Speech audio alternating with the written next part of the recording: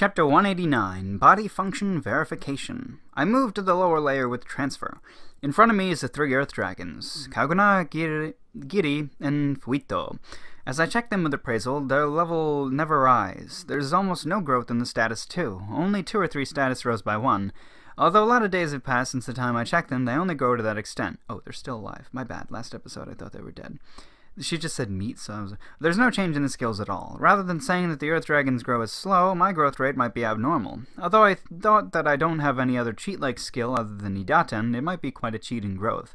Well, that's why, although I ran away from Kaguna and Giri duo before, if it's a present me, I can win even if Fuito joined and became a trio. I mean, it's easy.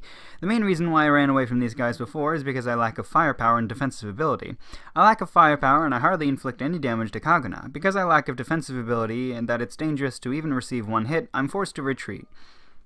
For the duo of the defense Kaguna and the speed Giri. But I evolved after that, and by unifying with the Queen, my statuses rose tremendously, so if it's the present me, there's no losing factor.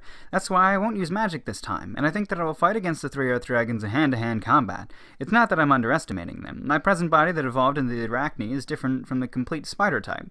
With the intention of the trial run, it's necessary to grasp what kind of thing it is. Well, it can also be said that I'm underestimating them, though. If I don't grasp the difference from before properly with a lower rank opponent, I will be uneasy when I fight against an opponent who's equal or higher than me.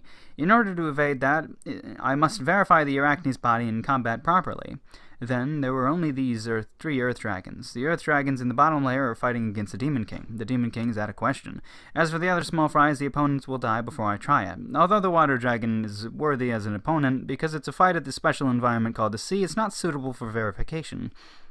Therefore, concerning the opponent who has the ability to some extent and is not influenced by the environment, they were chosen.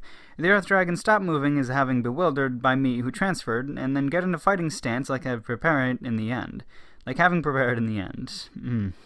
Although they understand that they can't win judging from my presence, still, I can feel the intention to confront me. Although Alaba was the same too, I feel that the Earth Dragons are full of the samurai code of chivalry. I can't understand it. Kaguna at the center, Giri as the vanguard, and Fuito as the rear guard. They move to the position. Giri, who excels in speed and has steady strength in place of the physical attacker. Kaguna, who specializes in defense, becomes the wall, and variously halfway Fuito turns to support. With this, if Fuito has complete rear guard strength, the balance would be good. Although Fuito is the same all-rounder type as Alaba, if I see the future, it looks like the jack of all trades and master of none feeling is stronger if it's the present strength. Giri jumps out first and swung the blade that grew from its hand at me. Although it's fast, judging from my present status, it's a speed that I can avoid with composure. Combining the super thought acceleration and the future foresight, it seems to stop. I dodge the simple blow that aims at the human part without difficulty. I think about the purpose this time, and it's not dodging at the last moment, but to release my serious speed to some extent and dodge it with composure. Then the human part shook.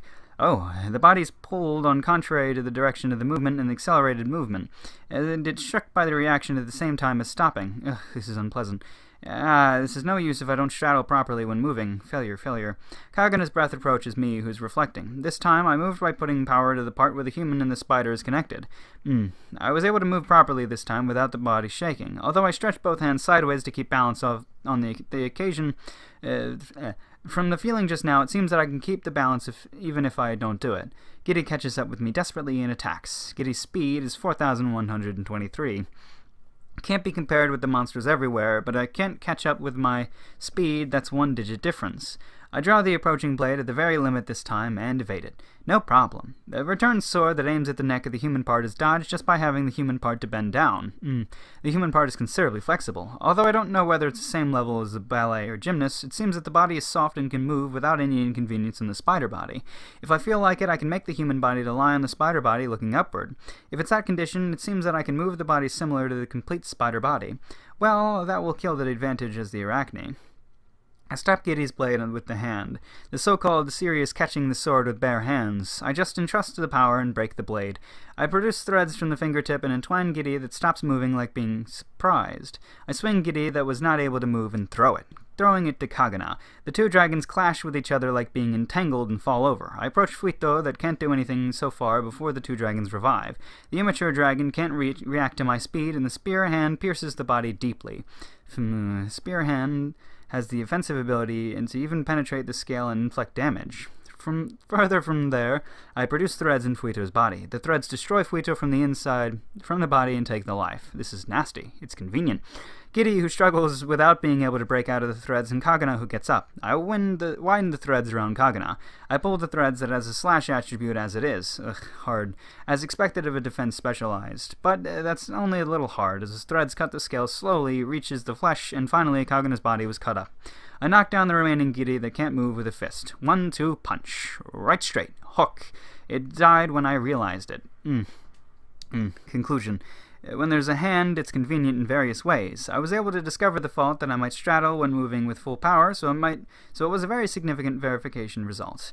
So now she can punch the shit out of things, too. It's crazy. Like, she can just, like, slam her hand into things and then produce threads inside of them. Like, her threads have a piercing ability, and they're also manipulable, so I think she made a spear out of threads on her hand and shoved it into him. She's unstoppable. Also, her hair, too, can kill things. She didn't test out her hair. I was curious about that one. We'll probably see that eventually, though. She's great. I love this.